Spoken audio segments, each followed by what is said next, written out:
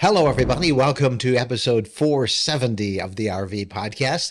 And this week, we're going to have RV news. We're going to have your questions about the RV lifestyle, some tips, and we're going to have an interview about a solo woman RV traveler's experience of life and work on the road.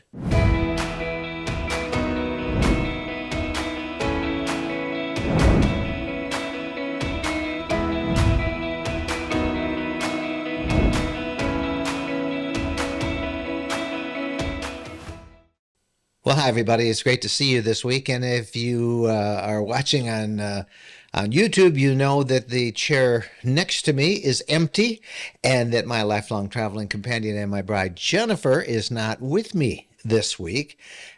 For those of you listening to the audio version, you're not going to hear her pleasant little voice because it's hard for her to talk right now without coughing, and she's pretty fatigued.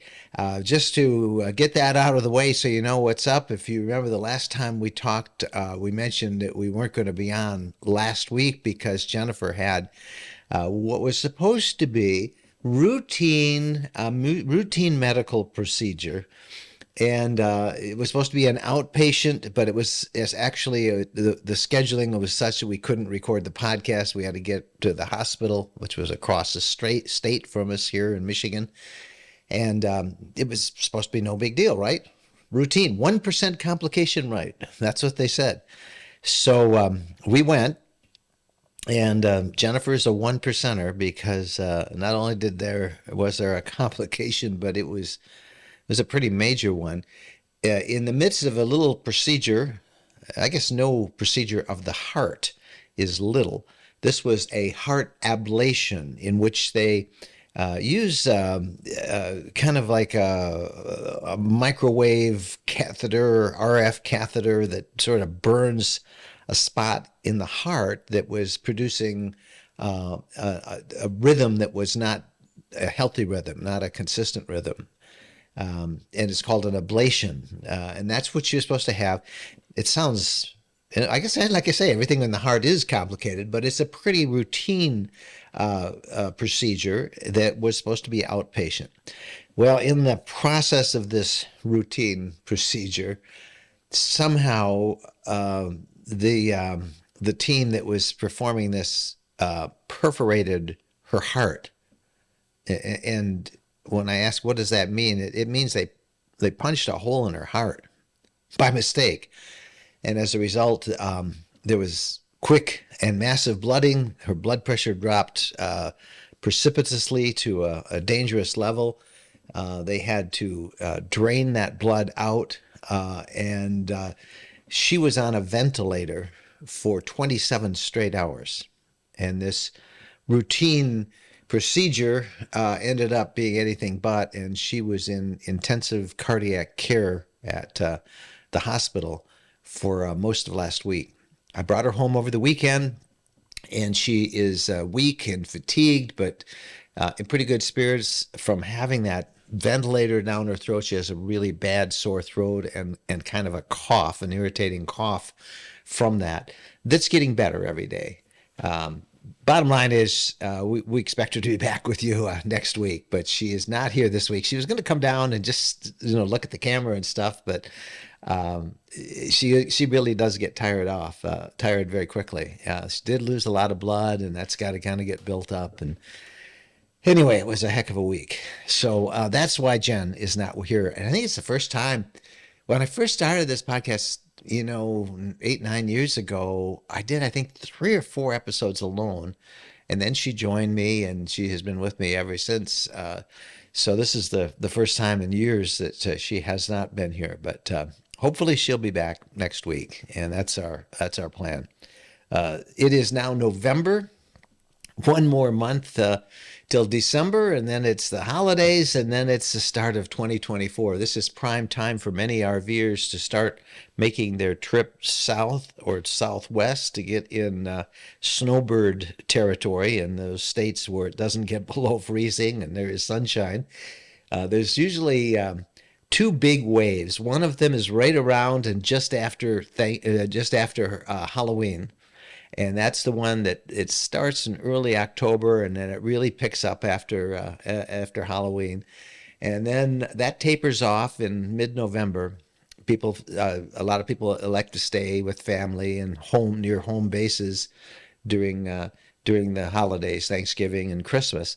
And then right after the first of the year, the second big wave comes. And so the snowbird migration is underway. For the rest of you, this is time, if you're in a northern state where the temperature routinely gets below freezing, it's time to make sure your RVs are winterized.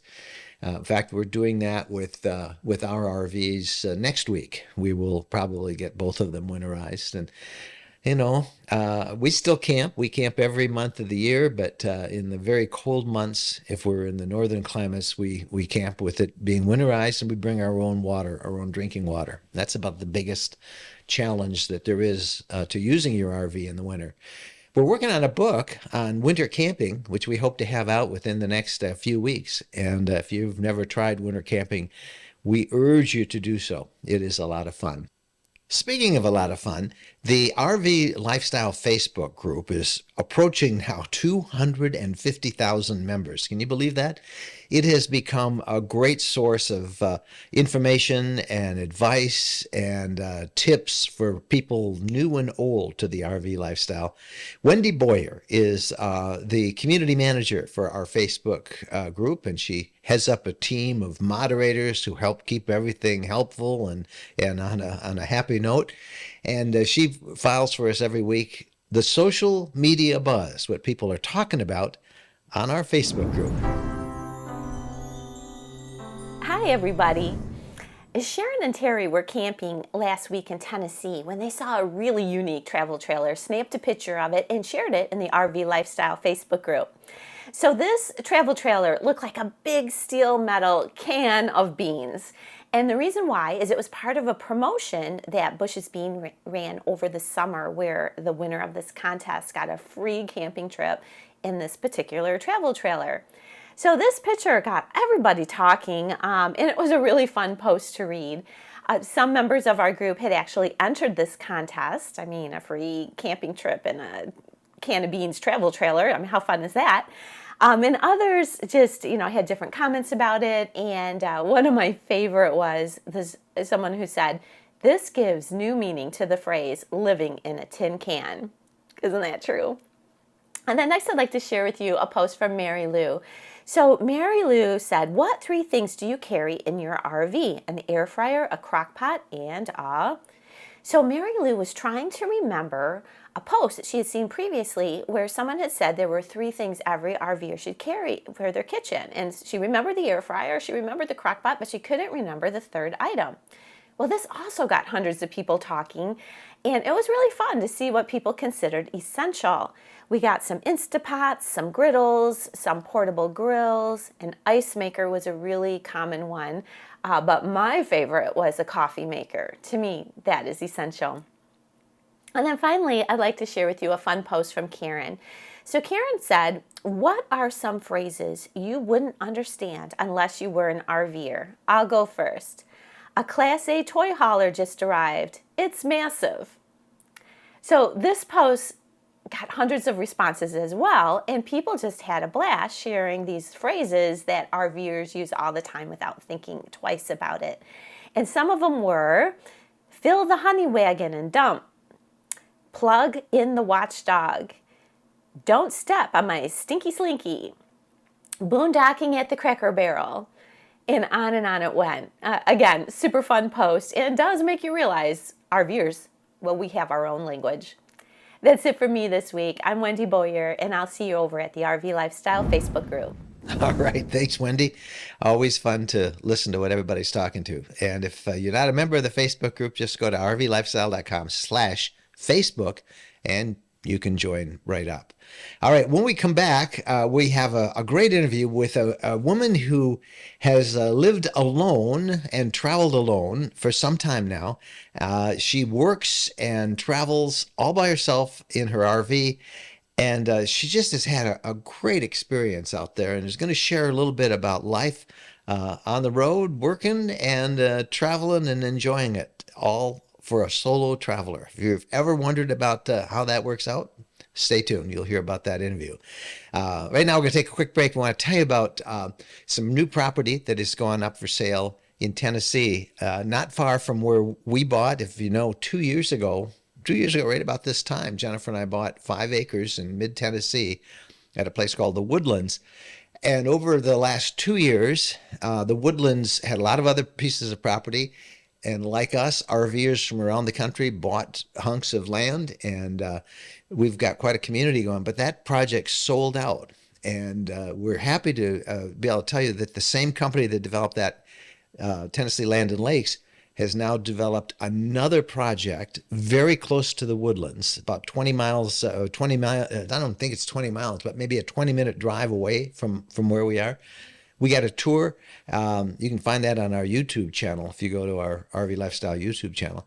But we're going to tell you in this commercial break here all about a brand new development called the Reserve at High Forest, and it's in mid-Tennessee. There is a new development coming on the market for RVers in Tennessee. It's built by the same company we bought our land from.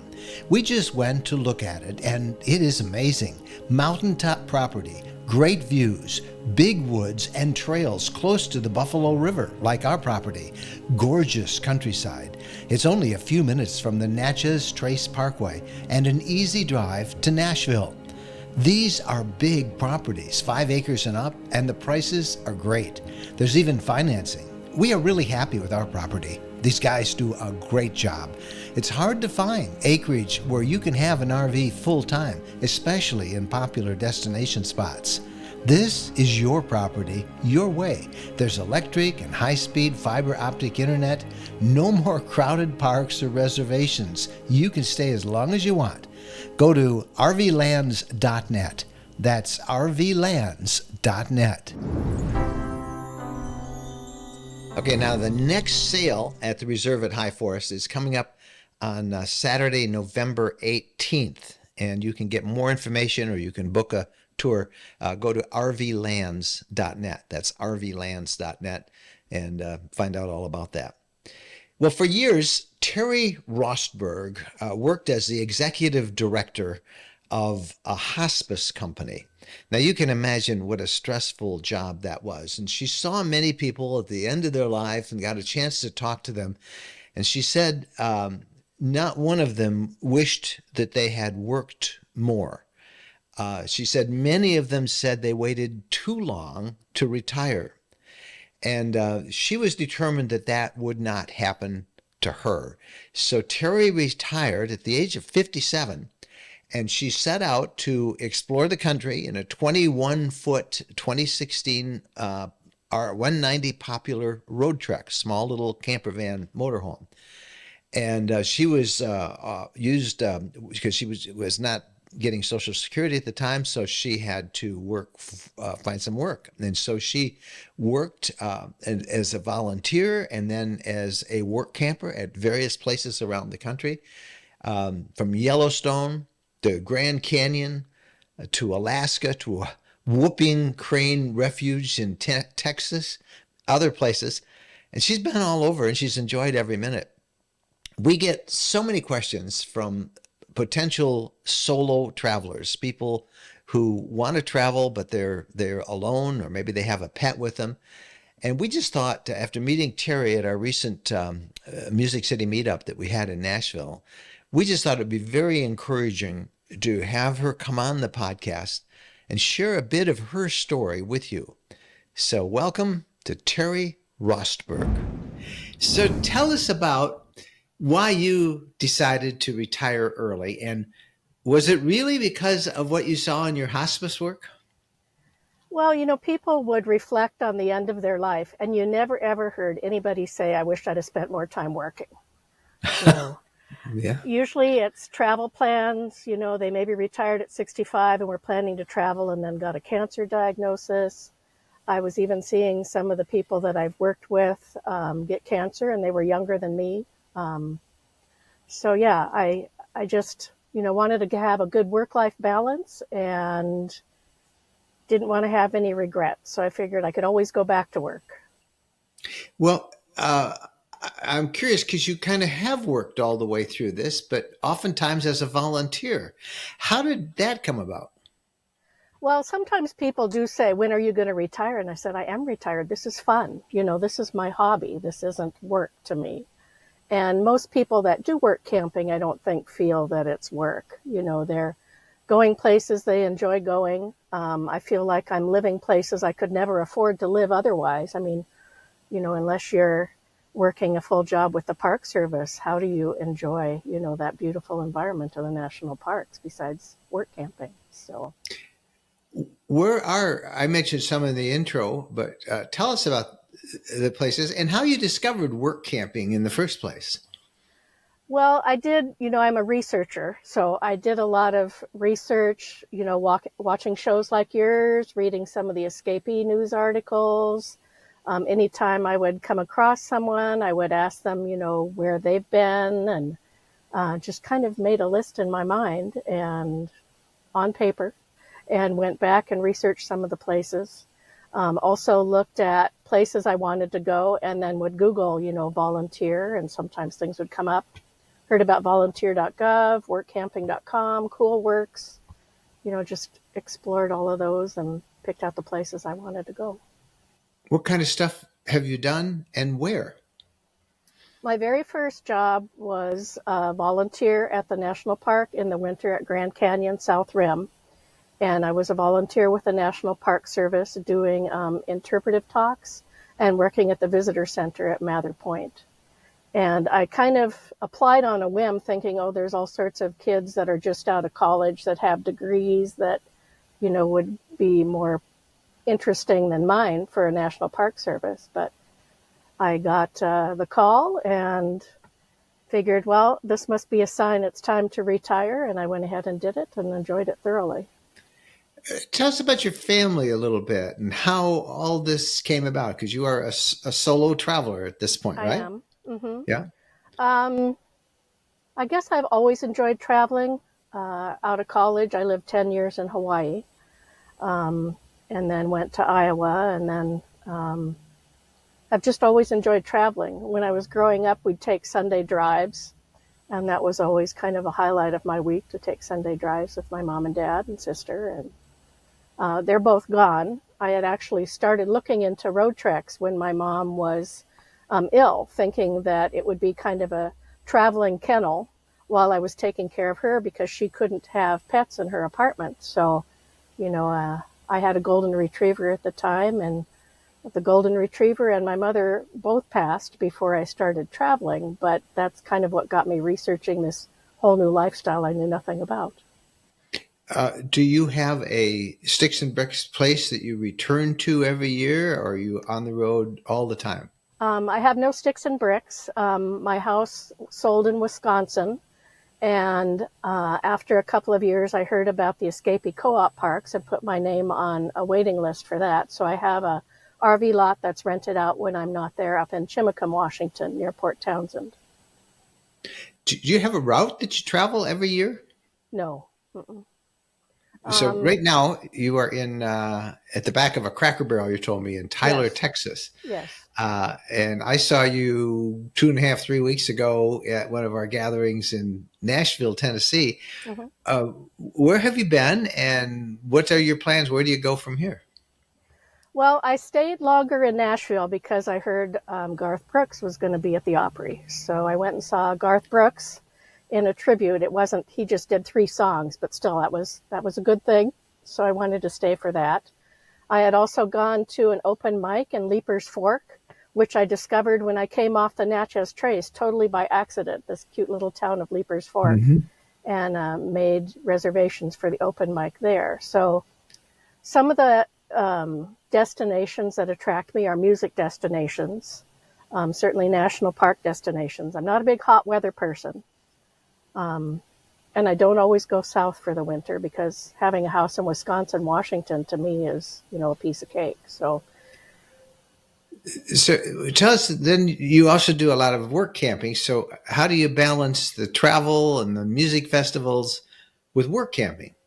well, pre-COVID, most of my time work camping prevented me from doing gatherings. So I said, once I get on Social Security and don't have to worry about, a little bit more supplement than I might otherwise, I decided to do some rallies. And then I made my routes coincide with the routes of the rallies I wanted to attend.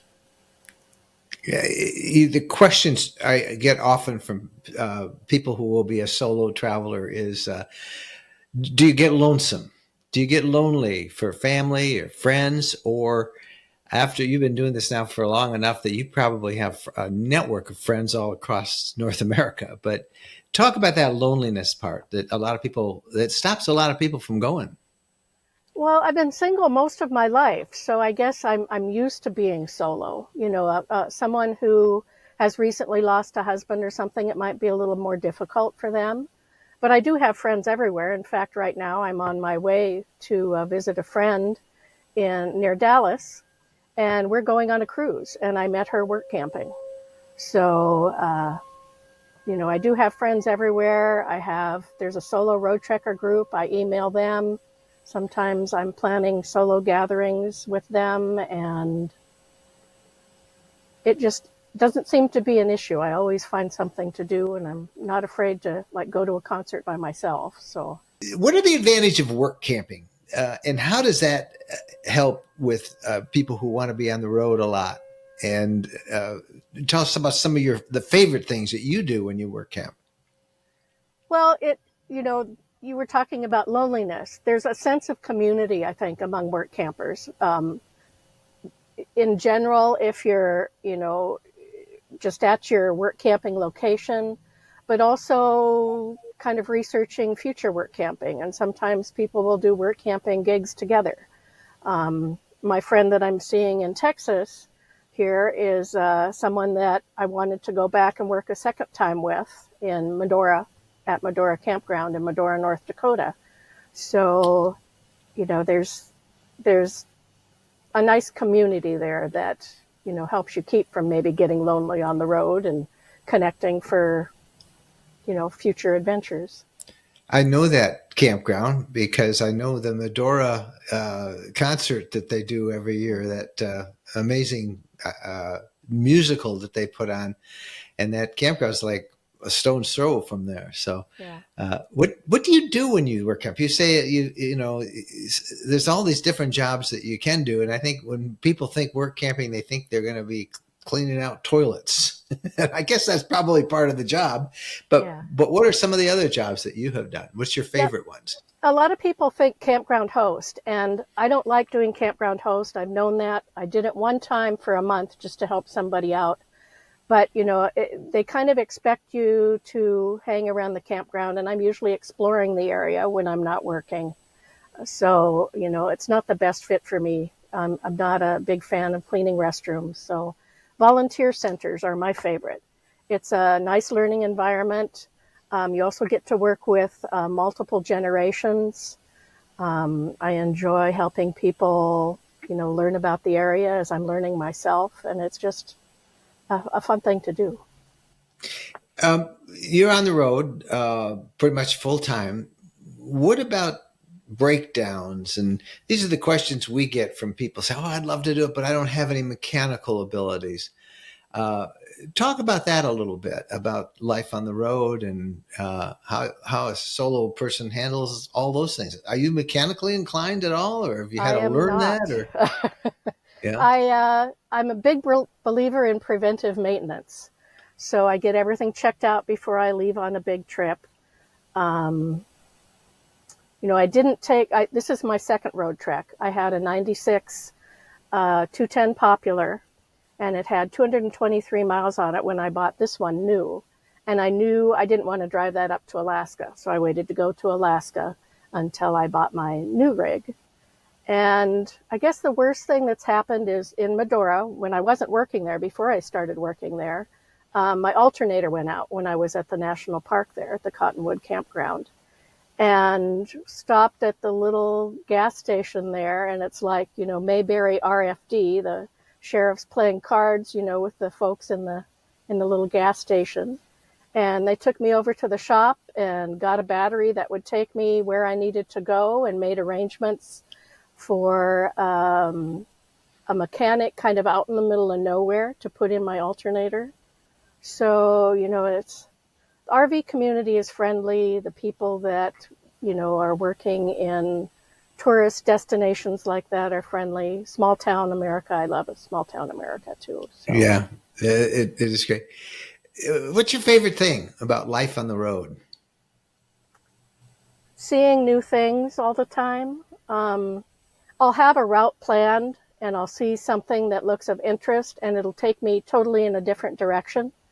I'm a planner, but I'm serendipitous too. So it's just stumbling across things like Leaper's Fork, stumbling across that, and that being such a wonderful music event for me was, the highlight. Would you, your advice to those who are considering this lifestyle, being either a full-timer or a solo traveler, what advice would you give them based on all the experiences you've had now?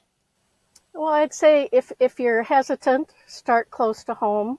Maybe go out with, another friend or meet somebody in between. When I first started doing this and was still working, I was on, this was before Facebook, on emails with some other single road trekkers that were in the Midwest, and we met up in Iowa. I came from Wisconsin, they came from Missouri. 3 of us met up in Iowa. It was, you can do it. You really can. And you can. Anything else you'd like to share about your experiences and your time out there? Well, the last couple of years, I had 2 hips replaced and then COVID. So I've been chomping at the bit to get out and about, and I've missed not traveling during those 2 years. So don't let anything stop you, even some hips that need replacing. You can get that done and get out again.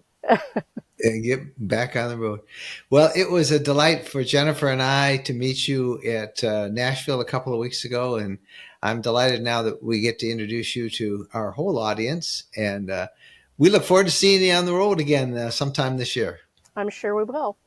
All right. Thank you, Terry. Mm-hmm, thank you. As she notes, she wouldn't change a thing, and I think that experiences she had in the hospice where people said that they just waited and waited and waited to go off and do the things that they hope to do, and sometimes time runs out before you can do it. So good advice from Terry, and we thank her for being our guest on the podcast.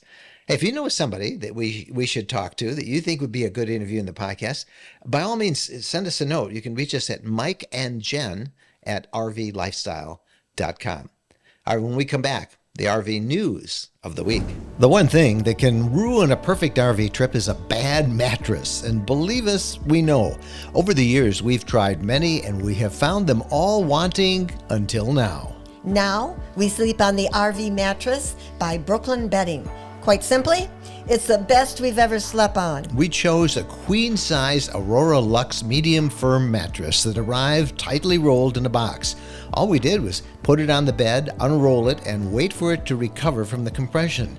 Then we put on the sheets and the bed covers and found we slept so well that we ordered another one for our home. That's how comfortable it is. Our sleep is now so luxurious and deep that we can't imagine using a different mattress. Shipping is free. If you're disappointed with the current mattress in your RV, you owe it to yourselves to try the RV mattress by Brooklyn Bedding. Brooklyn Bedding sends out all of their RV mattresses from their own factory in Arizona. This means they're able to use premium materials at a reasonable price for you with no middleman bringing up the cost. Make sure to check out their Black Friday sale at the end of this month. It'll be their biggest deal of the year. Don't miss out on the best sleep of your life. Visit rvmattress.com/rvlifestyle and hurry, because once November's over, so are these incredible deals. Once again, that address is rvmattress.com/rvlifestyle. And if you go to that link, you can get an exclusive 25% discount on the mattress using that code RV Lifestyle. But that's not all. Be sure and explore all of their sales during the month of November. They are going to be some of the biggest deals on RV mattresses that you'll find anywhere. And trust us, we have just thoroughly enjoyed our RV mattress from Brooklyn Bedding. They're just our whole RV experience and sleeping on the road is so much better with those awesome mattresses. So check, they got the big sales in November and you don't want to miss out on those. Again, rvmattress.com/RV Lifestyle. All right, time now for the RV news of the week. And the first hunk of news is kind of the monthly sales, delivery, shipments, wholesale shipments that the RV industry reports. And they've been reported, they report them every month, and we'll often share some of them here in the podcast. But they noticed, for example, that the latest one, which covered the month of September, showed wholesale shipments were down 12.9% from September of 2022. But what really caught my eye was a line in that report that showed that RV shipments for the year are down 42.8% from last year. That is a big drop. Now, these reports cover shipments of every kind of RV from September 2023 to September 2022. It gives year-to-date comparisons for them all. And every category of RV, whether it's a fifth wheel, a Class A, Class B camper vans, a camper truck, every one of those categories showed a major decline in wholesale shipments from 2022. The biggest drop was travel trailers, which showed a 46.2% drop. And the type of RV with the smallest year-to-date decline in shipments was the Class C motorhome, which only dropped 8.4%. We'll put a link to the entire report, and you can check it there. What does this mean to you as an RV consumer? Well, it means you can probably get a better deal than you could have a year ago or 2 years ago during the big boom of RV sales after the COVID pandemic. That means that it's probably now a buyer's market. It's well worth, this is, you want to buy low, and so prices are going to be a little bit low when they've got inventory that they would like to move. So that's good news for consumers. Yellowstone National Park. Here it is. This podcast is being released on November 1st. They're closing most of the entrances for the winter today, Wednesday, November 1st. And I always report that with a little bit of sadness because it's kind of the true indication that winter is here and that the massive camping season is sort of over. They close almost all of the roads except really the ones to the north entrance, I think, and out by Mammoth, by the big Mammoth campground out that way. East, south, west entrances, most of the roads in the park closed to vehicular travel from November 1st, and the north and northeast entrances are still open, so you can visit the park in the winter. Don't get me wrong, but you just can't go all over the park. And the closed roads will open on December 15th for snowmobile traffic. And then they have these snow coaches too, which are like sledded vehicles, but you can't bring your own in. It's from touring companies. But so the snows are coming. Yellowstone is closed. We have a great book, by the way, on Yellowstone, one of our travel guides. If you've never checked it, a 7-day adventure guide, and it really gives you a suggested 7-day stay at Yellowstone Park or nearby, what to see and how to plan your visit. And now's a good time to get it and plan for next year. We'll put a link for that in the show notes of this episode. And you can find the show notes, by the way, of all of our podcast episodes at rvlifestyle.com/podcasts. Story out of Canada that's of interest, even though the kind of prime tourist season is now over up around Banff. This is an important story for a lot of people that access to all of the shorelines and all of the bodies of water in Canada's Kootenay and Yoho National Parks. Those are both near Banff. They're closed because of something called whirling disease that was recently discovered in fish. And I had never heard of this disease, but it showed up. Whirling disease is caused by some sort of a parasite, and it can be fatal for some fish. It isn't believed to harm humans, but it causes in fish skeletal deformities, and infected fish will swim in kind of a whirling pattern, and hence the name whirling disease. Well, Parks Canada is closing the British Columbia National Park's waterways to protect trout and salmon, which live there. If that disease is not contained, experts say as much as 90% of the fish population there could be wiped out. So prohibited activities include fishing, swimming, diving, wading, using a boat, a paddleboard, any other vessel on the water. And they've also closed hiking, walking, and cycling within 3 meters of the water's edge. So it's a pretty serious thing. These closures are expected to be in effect until March of 2024. RV Questions of the Week comes up right after this. When we're asked what's the most important modification we made to our RV, it's an easy answer. Battle-Born batteries. Battle-Born batteries are quality, safe, reliable lithium batteries that allow us to stay out there off the grid longer.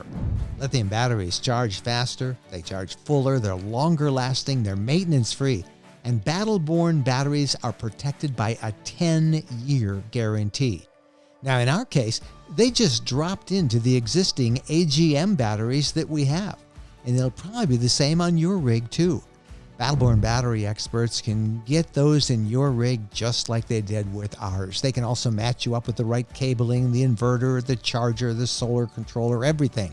Jennifer and I swear by our Battle-Born batteries. They allow us to boondock off the grid. Check them out. Go to rvlifestyle.com/lithium. rvlifestyle.com/lithium. Are you ready to embark on an unforgettable adventure in your RV? Our RV Lifestyle Travel Guide ebooks are your ultimate companions for exploring North America's most breathtaking destinations. They'll help you hit the road with confidence and make the most out of your RVing experience. We're Mike and Jennifer Wendland, and we are passionate explorers and the authors of an entire library of RV Travel Guide ebooks. We have meticulously put together detailed travel maps showing you the best routes, where to stay, what hidden gems to discover along the way. From the majestic Yellowstone National Park to the vibrant colors of Colorado, the awe-inspiring beauty of Utah, the enchanting deserts of Arizona, the tranquil Great Lakes region, the pristine wilderness of the Adirondacks. We've even done a captivating 3-part guide to RV travel and camping in Florida. No matter where your wanderlust takes you, we've got you covered. Our curated list of must-see attractions ensures that you won't miss out on any unforgettable experiences. You want to witness the eruption of Old Faithful? We've got you covered. Craving an epic road trip through breathtaking landscapes? We've got the perfect route for you. Dreaming of beachside camping under the stars? We know the best spots. With our ebooks available for instant download at rvlifestyle.com/books, you can have the knowledge you need right at your fingertips. Head over to rvlifestyle.com/books and start exploring the wonders of North America today. Unforgettable adventures are waiting. All right, welcome back, everybody. Now it's time for the RV question of the week. And we love to answer your questions. We love to share your feedback. And you can reach us at Mike and Jen at rvlifestyle.com. And please send us your notes, your questions, and we'll do our best to answer them here on the podcast. This week's podcast comes from Douglas. And Doug sent us a message talking about they're fairly new to the RV lifestyle, and he says that the biggest thing for him is GPS and mapping. as they try and plan their routes and alternate routes when things are crowded in a certain area. And his comment to us was, good old-fashioned maps are hard to find. And boy, he's right on that. I remember, I'm old enough to remember when you could get free maps at any gas station. Remember that? No, the only older people will remember that. I think AAA Insurance, for its members, still has free maps of most of the states that you can get. And of course, welcome centers along the interstates, the various state boundaries, just over the state boundaries. Almost all the welcome centers have free maps that you can get. But in these days of apps and GPS, there's no doubt that paper maps are harder to find. And I think that every RVer should really carry them. We like to have paper maps. And the first one that Jen and I travel with is a single map. It is a foldable map. I mean, it's big. It really unfolds huge. And it is of the entire country. I mean, it's just one map of the entire continental U.S.